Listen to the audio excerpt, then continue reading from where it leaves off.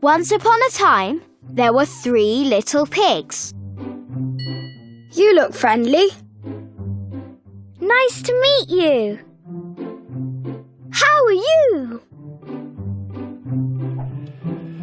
The time came for the little pigs to leave their home and make their way in the world. Goodbye, my little ones. Be happy, but beware of the big bad wolf.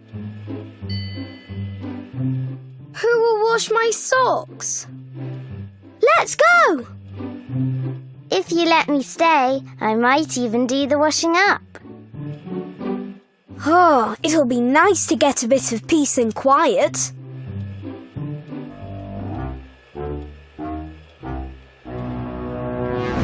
Shh! Don't tell them I'm here. The 3 little pigs went on their way. This plant is heavy. I'm tired already.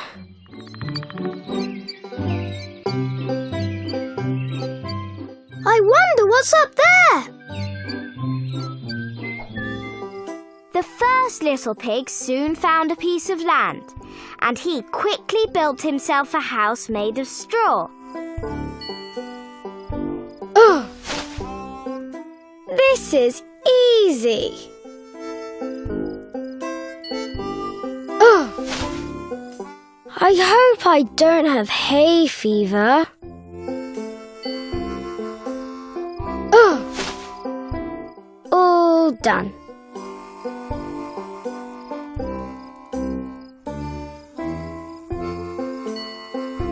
Looks fine to me. The second little pig found a piece of land, and she built herself a house made of sticks. Oof. That's a good start. Oof. La la la, I'll have this ready soon. Oof. That'll do. Maybe I'll have a party. The third little pig decided to build a house made of bricks. He worked hard, and his house took a long time to build. Oh, these bricks are really heavy.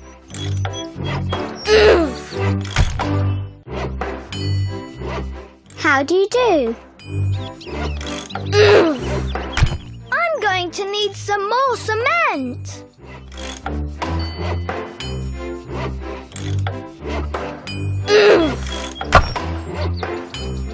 That was hard work, but it's a great house.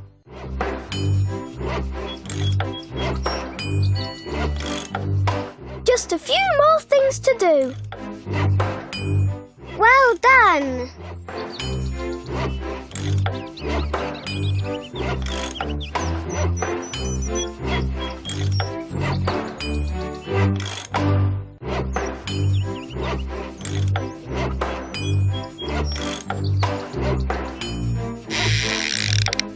I'm just hanging around.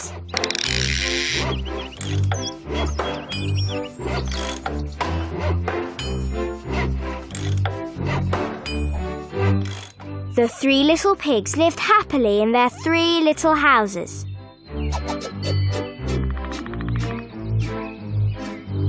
I need a little nap.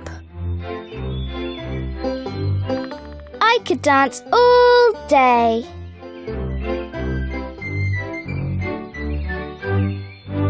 This will be done in no time.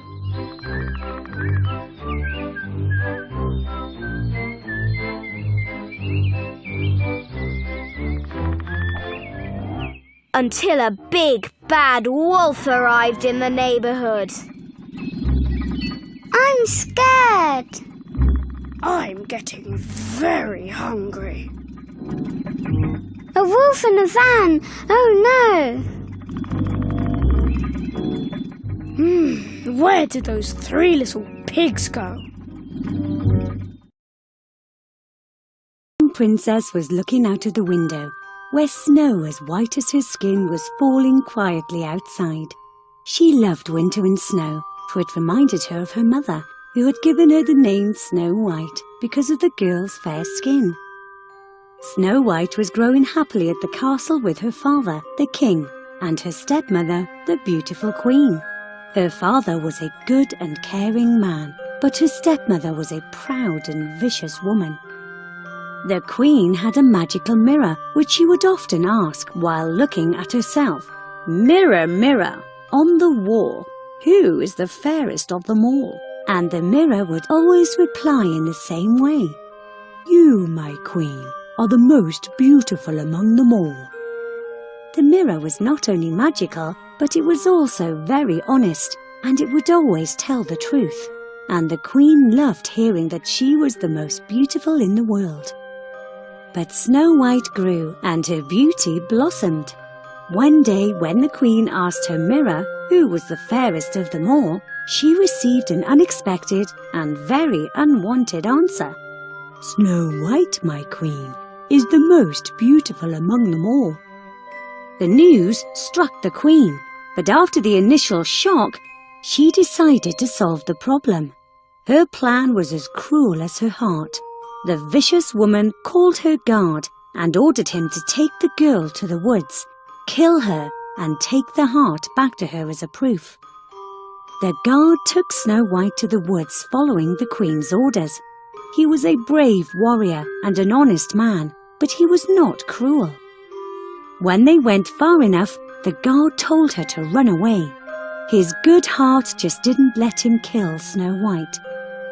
On his way to the castle, the guard killed a wild pig and took its heart to show to the queen. Happy to hear that Snow White was dead, she hurried to her mirror and asked, "Mirror, mirror, on the wall, who is the fairest of them all?" "Snow White, my queen, is the loveliest among them all." Saying that, the mirror showed to Her Majesty that the girl was still alive. That Snow White's stepmother was vain and vicious was well known. However, no one knew that the queen was capable of certain magic too. So when she heard the news, she waited no more, but decided to kill Snow White on her own. At that time, Snow White wandered alone in the woods until she came to a small cottage. It looked so unreal with its tiny windows and small door and chimney. "I wonder who lives there," Snow White said to herself, and entered the house. Everything inside was just as small as the house itself. The table was set for 7 people, and Snow White was hungry. Therefore, she decided to have a bite of each meal and a sip of each cup, so that she doesn't leave anyone without a meal. When she was done eating, Snow White went to the bedroom and tried a couple of beds before she fell asleep on one of them. It was not long before the house owners got home. They were 7 dwarves who worked in the mines every day. What a surprise it was for them to find that someone entered their house and is now sleeping on one of the beds. The dwarves let her sleep. When she woke up, Snow White told them her story. When they heard all that she had to tell, the dwarves gathered for a meeting. They decided to let her stay and live with them. The next day they left to work and warned Snow White to be very careful and not to open the door to strangers. At that time the queen had been preparing the next evil plan to kill Snow White. She dressed herself as an old woman, took a poisonous apple which she had prepared herself, and set off to Snow White. "Sweet apples I have, my lady. Won't you buy some?" the queen asked Snow White when she found the dwarves' cottage. "My landlord's told me not to open the door to strangers," the girl said.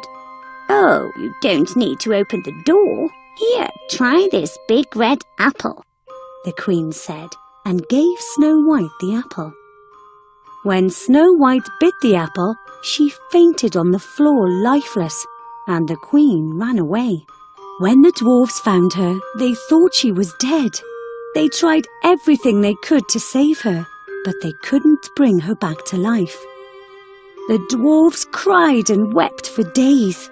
They laid her on a bed of rose petals in a crystal coffin and started to the mountains to leave the coffin there so that they can see her beautiful face every day when they were going to and back from the mines. On their way to the mountains, a stranger met them. He was riding a beautiful black horse, and when he saw Snow White, he fell in love with her. "Where are you going with this beauty?"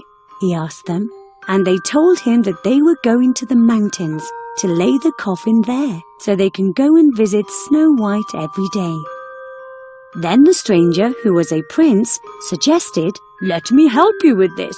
You can put the coffin on the horse's back." The dwarves lifted the bed of roses and all started for the mountains. On their way, the horse stumbled over a bump, and at that moment, Snow White coughed out the poisoned bite. When she woke up, the prince and the dwarves couldn't express their happiness. She told them what had happened, and they understood it was not an old woman, but the vicious queen herself who gave her the apple. The stranger then spoke. "My princess, if you become my wife, I will protect you day and night from your stepmother." At that time, the queen was standing in front of her magical mirror. "Mirror, mirror on the wall, who is the fairest of them all?" Expecting that the mirror will give her the answer she was expecting, "Snow White, my queen, is still the fairest of them all. She survived your poison, and she is getting married to a prince who saved her." The queen couldn't bear the news and died.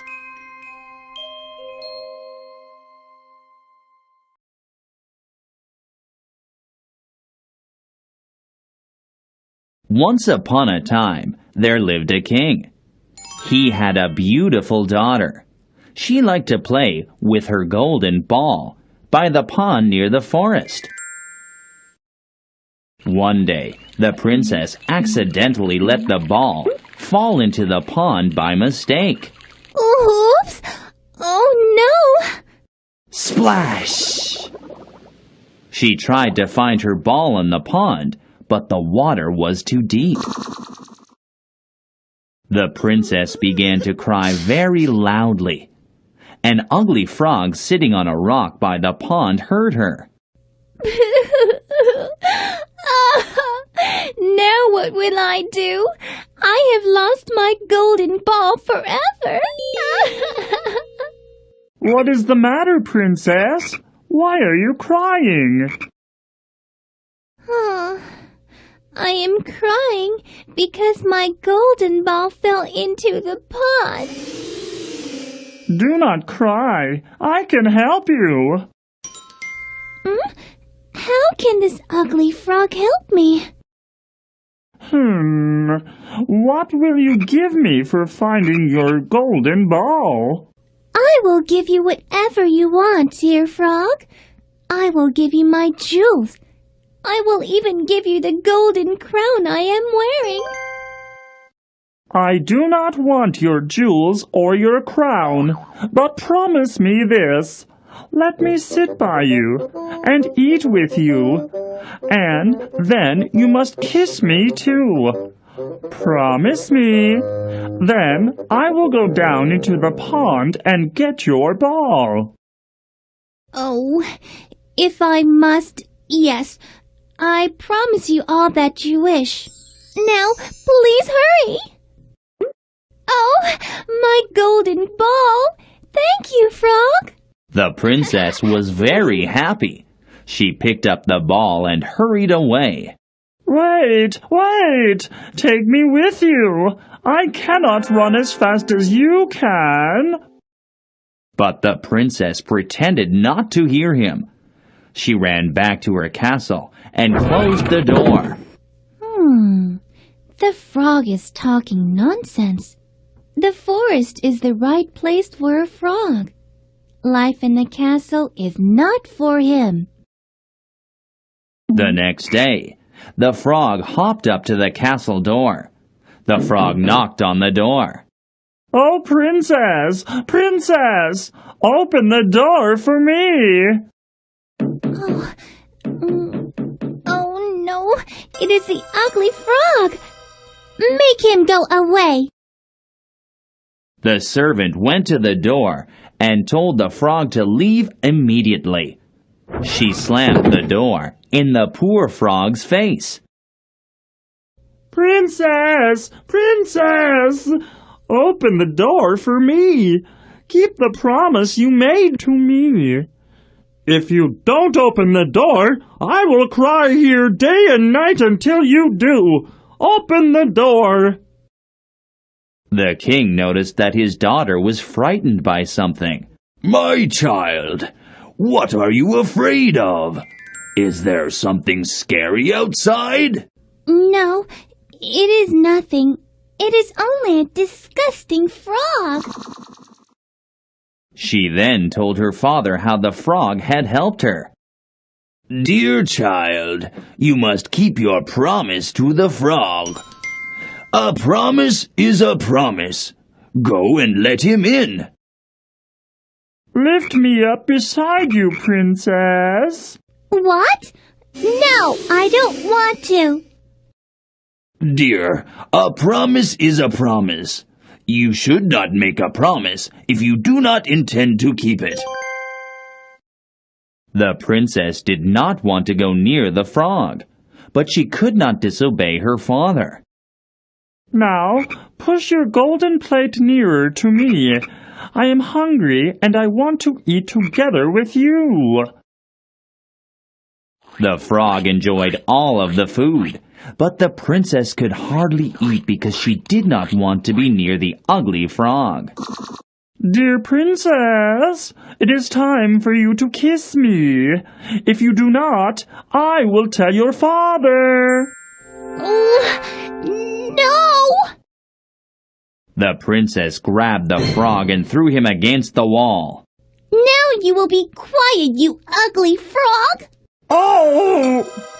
Oh! The frog was very still. Oh, is he dead? Oh my! What have I done? The princess was frightened.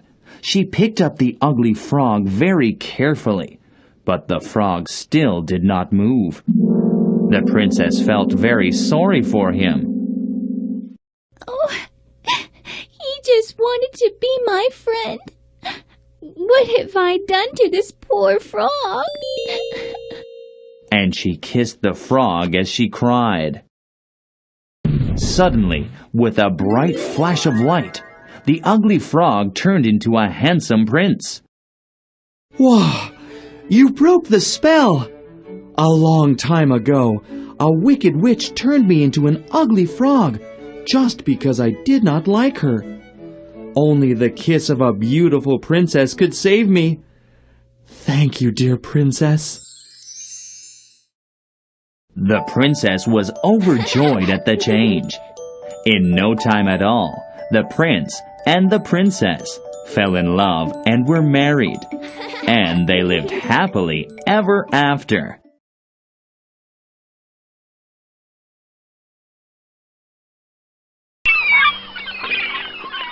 We must not think that beneath the surface of the oceans there is nothing going on. No, for indeed the finest flowers grow there, and fish glide between them. Standing in the deepest spot of all is the Sea King's castle. Its roof is covered with shells which open and close as water flows over them. In each shell there lies a glittering pearl which is fit for a queen. The Sea King looked after his children alone, and his mother kept house for him. She was a wise woman and a very caring grandmother to the 6 little sea princesses. They were all lovely, but the youngest was the prettiest of them all. Her skin was soft and delicate, and her eyes were as blue as the sea. But, just like all the others, she had no feet, and her body ended in a fish's tail. She was quiet and thoughtful, very different from her sisters. While they got excited about the wonderful things which they found in shipwrecks, She cared only about her pretty red flowers and a beautiful white marble statue of a handsome boy which had once fallen to the bottom of the sea. She made her grandmother tell her all she knew of the world above the ocean, and nothing made her happier than to hear these stories. "When you turn 15, said her grandmother, "you will be allowed to swim up out of the sea, sit on the rocks in the moonlight and watch the ships sailing by, and then you will see all I am telling you about. You're all a year apart in age, so you will have to wait 5 years for your turn to come." Sadly, she was the one who longed the most for her turn to come, and yet she had the longest to wait. Time passed, and the eldest turned 15. She promised to tell her sisters what she saw on her first visit, and what she thought the most beautiful. When she came back, she said she had seen hundreds of beautiful things, but the most beautiful was to lie in the moonlight, in the quiet sea near the coast, and to gaze on a large town nearby, to listen to the sounds of music and the voices of human beings. A year later, the second sister was allowed to rise to the surface of the water and to swim about where she wished. She rose just at sunset, and this, she said, was the most beautiful sight of all. The whole sky looked like gold with violet and rose-colored clouds spread on it, and it all reflected in the water. The third sister was the bravest of them all, and when the time came, she swam up a broad river. On the banks, she saw green hills covered with beautiful vines, and forests with palaces and castles sitting in them. Little human children were playing in the water, and she wanted to play with them, but they got scared and ran away. She said she would never forget the beautiful forest, the vines, and the children who could swim in the water, even though they didn't have fishtails. The fourth sister was more fearful. She didn't approach the shore, but stayed in the sea. The sky above looked like it was made of glass, she said, and this was the most beautiful thing. The fifth sister's birthday was in the winter, so when her turn came, she saw what the others had not seen. The sea looked green, and large ice blocks were floating about like pearls. She didn't know that they were called icebergs. Each had a unique shape, she said, and glittered like diamonds. She didn't know why people were afraid of them and steered away while she floated calmly on one of them. At last the youngest princess reached her 15th year, and she rose to the surface of the water. The sun had just set as she raised her head above the waves. The sea was calm, and the air was mild and fresh, but there were clouds glowing with purple and gold. Through the glimmering twilight, the evening star shimmered in all its beauty. A large ship was anchored nearby. The little mermaid swam towards the cabin windows, and as the waves lifted her up, she glanced through the windows and could see a number of well-dressed people inside. The most beautiful of all was a young prince, with big dark eyes. It was his birthday, and that was the reason for the joyful celebration. When the prince appeared on deck, the sailors lit 100 rockets into the air, making the night as bright as day.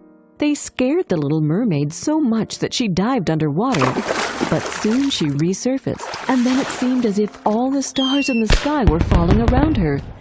She had never seen fireworks before.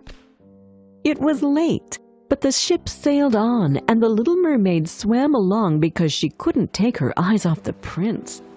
But soon the waves became as high as mountains, and the ship groaned and creaked. To the little mermaid this seemed good fun, but to the sailors it was no fun at all. Soon the waves broke over the ship, and water burst onto the deck. The little mermaid now understood that this was a dangerous situation, and remembered that human beings are not as good swimmers as merpeople. It was pitch black, and she couldn't see anything, but then lightning struck and she was able to scan the deck. She couldn't see the prince anywhere, so she swam to find him, forgetting that the beams and the planks could hurt her too. She dived a few times before she found him. Her eyes were closed and his breathing was very weak. If it wasn't for the little mermaid, the prince would have died. She held his head above the water and let the waves drift them to the shore. in the morning the storm died down, and when the little mermaid opened her eyes, she saw that she was lying on fine white sand, and the prince was right next to her shoulder. She lifted his head higher than his body and kissed him on the forehead. His breathing was steady, and she longed for him to open his eyes and fall in love with her instantly. When the bells began to ring in the great white building nearby, a number of girls came out into the garden. The little mermaid hid herself behind tall rocks in the water and waited to see whether they would find the prince. After a little while, one of the girls noticed him. At first, she seemed afraid, but then she called the rest for help. The mermaid watched the prince from a distance. He regained consciousness and smiled at everyone with his charming smile. But he did not know that she was the one who had saved him, and so he didn't smile at her. This made the little mermaid feel so miserable that she dived gloomily and returned to her father's palace. Her sisters met her joyfully and asked her what had taken her so long, but she didn't answer. She had always been quiet, and now she was even more so. She would often swim up to the place where she had left the prince, but she never once saw him. Her only comfort was the beautiful statue, which looked like him. At last, she couldn't keep the secret any longer, and she told one of her sisters all about it. When you tell someone a secret, it doesn't stay secret for very long, and soon all the other sisters knew. In an attempt to help her youngest sister, one of the mermaids asked her closest friends who the prince was, and she soon found out who he was and where he came from. "Come, little sister," said the other mermaids, and they held their arms and rose up to the surface of the water close by the palace. Now that she knew where the prince lived, she would sit at the shore and would watch him. He also seemed to be quite lonely. She would often hear fishermen talk about his good deeds, and she was happy that she had saved him. If only he could remember that she had saved him. The little mermaid grew more and more fond of human beings. One day she asked her grandmother, "Do humans live forever?" They die just like we do, but their life is shorter than ours. We can live to be 300 years old, and then we turn into sea foam while human souls live forever. "I wish I were a human and had an immortal soul, if only for a day," the little mermaid exclaimed. "You shouldn't think about that because we live better and happier lives," said her grandma. "Is there anything I can do to get an immortal soul?" the little mermaid insisted. "No, unless a man loved you so much that you meant more to him than his parents and more than himself. Only then would you get a human soul. But it is impossible anyway, see? People don't find our tails very beautiful. They think having two awkward limbs, which they call legs, is more attractive." That same evening there was a ball at the Sea King's palace. All the mermaids and mermen were dancing and singing happily, but the little princess was dreaming of the world above. "I will go to the sea witch for advice while my sisters are at the ball. She will help me, although I'm so afraid of her," she thought. She swam for a while before she arrived at a palace built of human bones. Before she had even knocked at the door, she heard the witch's wicked voice. "I know why you came." Then the witch appeared in front of the little mermaid. "You want to get rid of your fish tail and have legs instead. This is a stupid idea of yours, and it will bring you only sorrow. But you will get your way since you long for an immortal soul so much. I will prepare a draught for you, which you must drink before the sun rises tomorrow. Swim to the land, drink it. Then you will see how your tail turns into legs. Of course, you will be in great pain from that moment on, and every time you walk or dance you will feel as if hundreds of sharp knives were cutting them. You will still have the gracefulness of a mermaid. Can you endure such pain?" "Yes, I can," said the little princess, but her voice was trembling. "There is more. You should know that once your fish's tail turns into legs, you will no longer be able to get it back. Nor can you return to your father's castle. You must win the prince's love, and you should get married. so that you can get an immortal soul. If he marries someone else, your heart will break, and you will turn into foam. Are you sure you want this destiny? The witch asked again. Yes, I do, answered the little mermaid, pale as the grave. That's not all. You must pay me for this, and the price is high. I want your voice. As it is the sweetest voice in the Sea Kingdom, the prince will not hear your beautiful songs because I will have to cut your tongue. The evil woman continued. But what is left for me? Said the little mermaid. You have your beautiful body, graceful walk, lovely hair and face. These are enough to enchant a man's heart. Now stick out your tongue so that I can start preparing the draft which will turn your fishtail into legs. The little mermaid gave her voice for the draft and rushed to escape the witch's house as soon as she could. When she returned to the castle, the ball was over. She wanted to say goodbye to her sisters, but she remembered she was mute. And so she took a flower from each of her sisters' gardens, kissed each of them on the forehead, and swam above towards the palace. She arrived at the shore when it was still dark and drank the magic draught. Instantly, she felt a cutting pain so strong that she fainted on the rocks. In the morning, she woke up with a sharp pain, but when she opened her eyes, she saw the prince in front of her. She thought she was dreaming, but he smiled at her, making her cast down her eyes.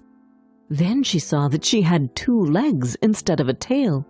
She then realized that she had no clothes on, so she covered her body with her hair. The prince asked her who she was and where she came from, but she only looked at him with her big, beautiful eyes, unable to answer. He then offered her his hand and helped her stand up. The pain in her feet was of 1,000 needles, but still she stepped next to him as light as a feather, and the prince thought he had never seen such a graceful girl. He brought her to the palace where servants dressed her in a beautiful golden robe. The little mermaid was so happy to finally be at the palace that she couldn't stop smiling. The prince called her his little foundling. At the ball, held that same evening, he couldn't take his eyes off of her as she danced. She danced like no one has ever danced before. The days passed, and the prince loved her more and more each day. But he loved her as a child. You remind me of the girl who once saved my life when I was drowning. I haven't found her yet, but I remember she found me on the shore and saved my life. You remind me so much of her, and you are devoted to me just like her. I am so thankful for you, and we will never separate, my dearest foundling. He doesn't remember it was me who saved him, and he thinks it was the pretty girl who found him on the ground who saved him, thought the little mermaid and sighed. But because I am by his side and he sees me every day, he will remember it was me who saved his life, and he will marry me, and my soul will become immortal. Very soon it was announced that the prince was to marry, and that the daughter of a neighboring king would be his wife. This news saddened her very much, but the prince calmed her when he told her, I will go and see the princess as my parents wish, but I will not bring her home. I can only marry the girl who saved me that you look so much like. If I were forced to choose a bride, I would rather choose you, my speechless foundling. The next morning the ship sailed into the harbor of a beautiful town. The little mermaid was very anxious to see whether the princess was beautiful. When she saw her, she had to admit she had never seen such a beauty before. I can't believe that I found you, the prince said to the princess. It was you who saved my life when I lay on that beach. He held his bride in his arms. Time passed, and it was time for their wedding day. Oh, I am so happy that my dreams have come true, and you can be here on my wedding day, my foundling, he said to the little mermaid as they were walking down the church aisle. The little mermaid, dressed in silk and gold, held up the bride's veil. She smiled at him, but she didn't hear the festive music, and her eyes saw nothing of the holy ceremony. She thought of her own death, which was going to happen very soon. The wedding was held on the ship that same evening. The little mermaid was gazing towards the east, towards her father's castle, when suddenly she saw her sisters rising out of the ocean. They were as pale as herself, but their long, beautiful hair had been cut off. "We have given our hair to the witch so that you may live. She has given us this knife. You must put it into the heart of the prince, and when his blood falls upon your feet, they will grow together again and form into a fish's tail. You will be a mermaid again. But you should do it before the sun rises. If you do it a minute later, you will turn into foam." And then they sighed deeply and sank beneath the waves. The little mermaid took the knife and entered the bridal tent. She bent down over the prince and kissed his forehead. Then she looked at the sky, which grew brighter and brighter. She then heard the prince whisper the name of his bride, and the knife trembled in her hand. She threw it far away from her into the waves, and the water turned red where it fell. She took one last glance at the prince, and then she threw herself into the sea, thinking her body was dissolving into foam. But she could feel the warm rays of the sun, and did not feel as if she were dying. She saw hundreds of transparent, beautiful beings floating around her. "Who are you, and where am I?" she asked, and they answered with their melodious voices. "Among the daughters of the air," answered one of them. "We do not possess an immortal soul, but by our good deeds we can win one. Because you suffered enough on the ground, you will now live with us for 300 years. After that, you will win your soul." "And we may get it even sooner," added another, "because we can enter the houses of men where there are children, and every day we find a good child, our time is shortened. The child does not know that when we fly through the room, we smile at his good behavior, and it takes out 1 year of our 300 years. But when we see a naughty child, we shed tears of sorrow, and for every tear a day is added to our time of trial."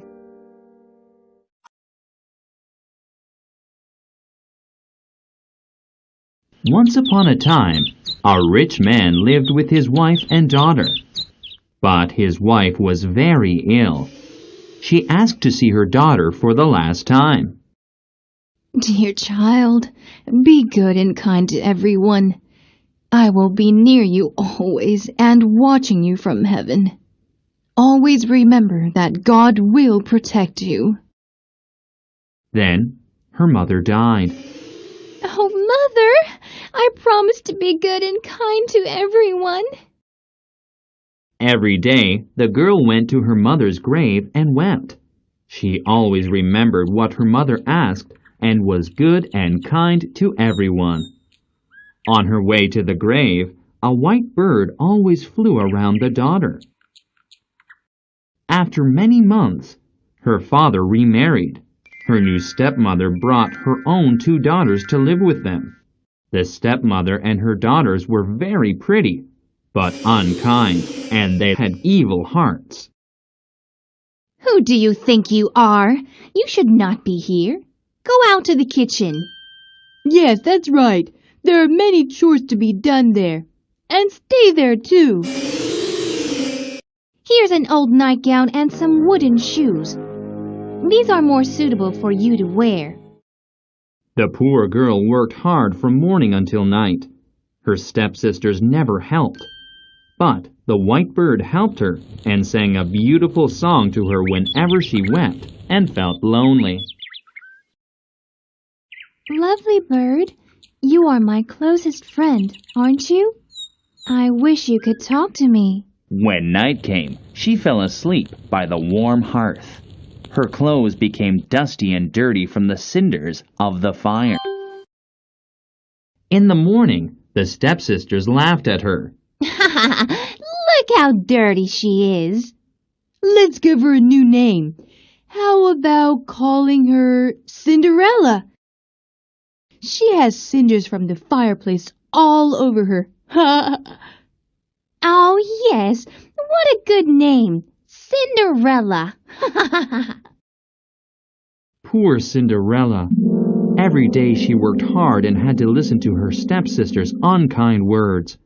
Still, she remained good and kind.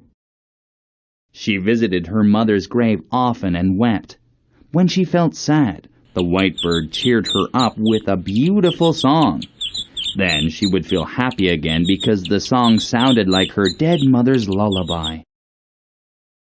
One day, the king decided to have a big party. He invited all of the beautiful girls in the country.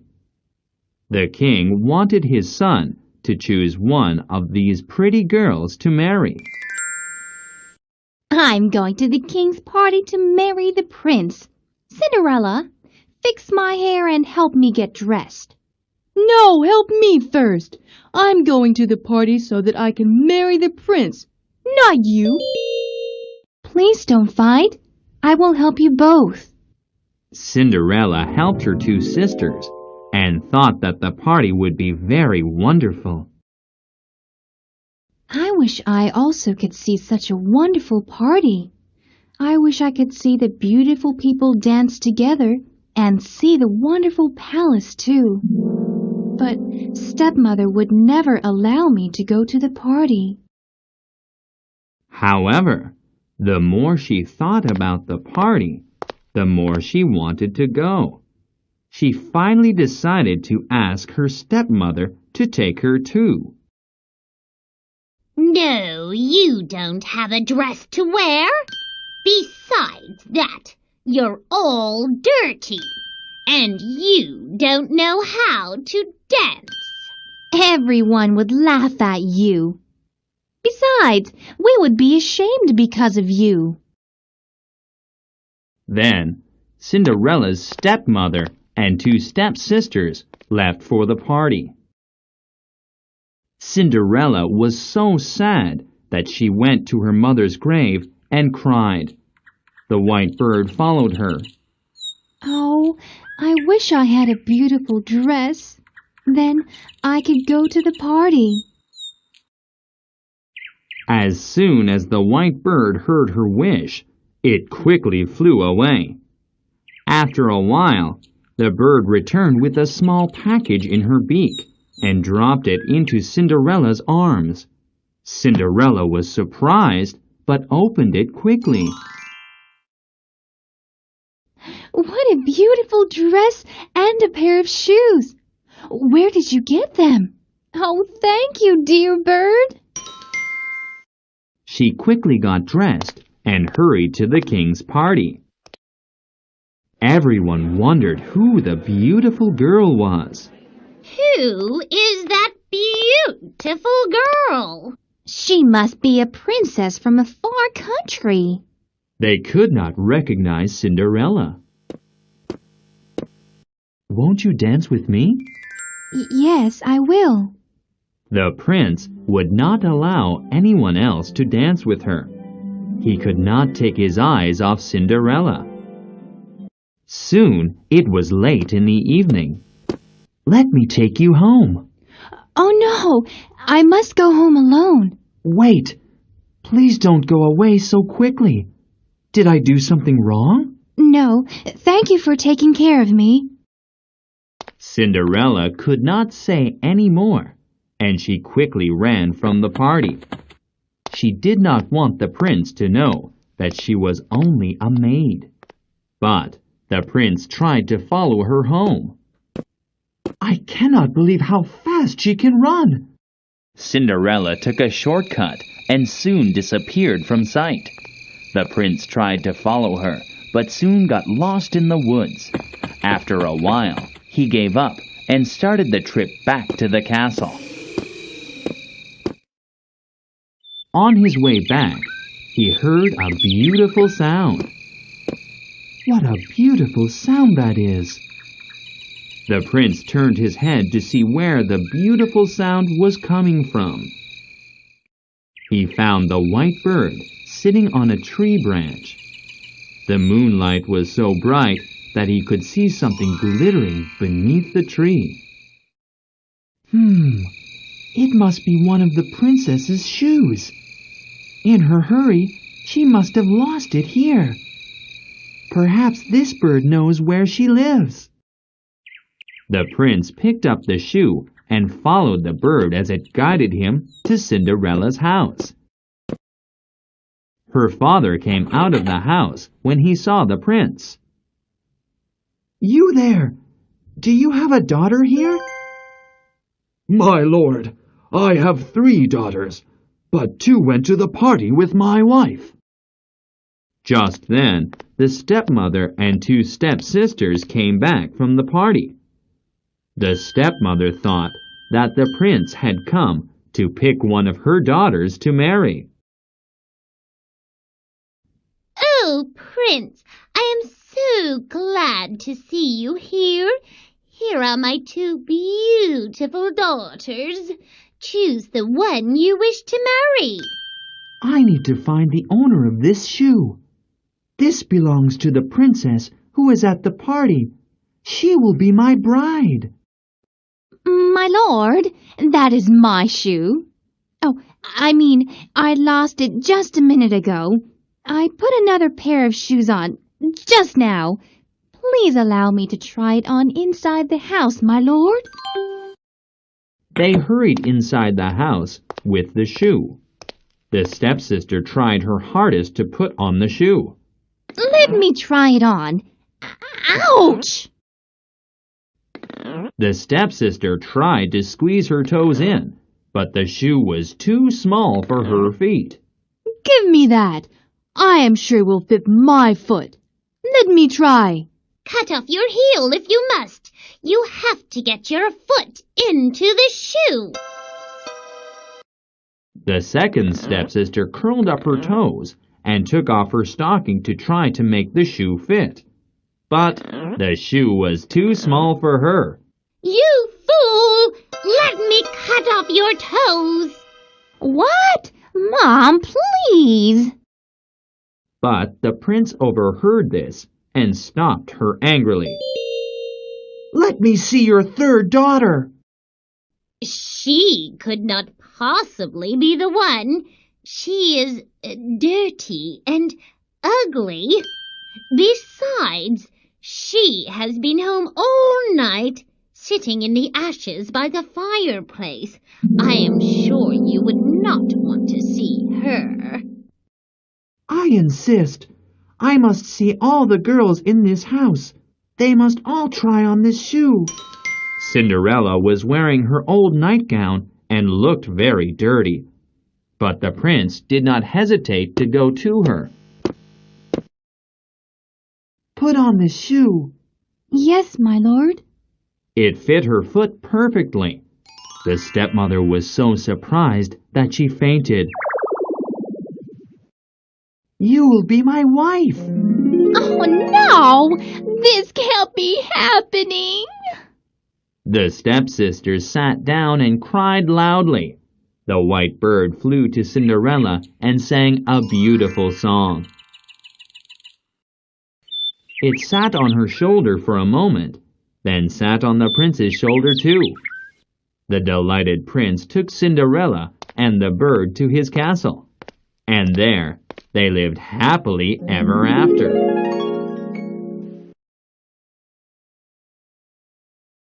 Sleeping Beauty. A long time ago, there lived a king and a queen. They had everything they wanted, but a child. Every day, the king and queen wished for a child.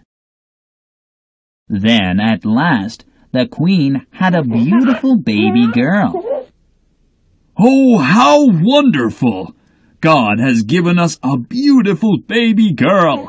Let's invite the people in the kingdom to a celebration. Oh, yes, but we can't invite the evil fairy. She might hurt our child. Soon, the royal celebration began. It was the biggest feast the king's guests had ever seen. The court wizards took turns blessing the baby. I bless you with the gift of virtue. This girl will be virtuous in every way.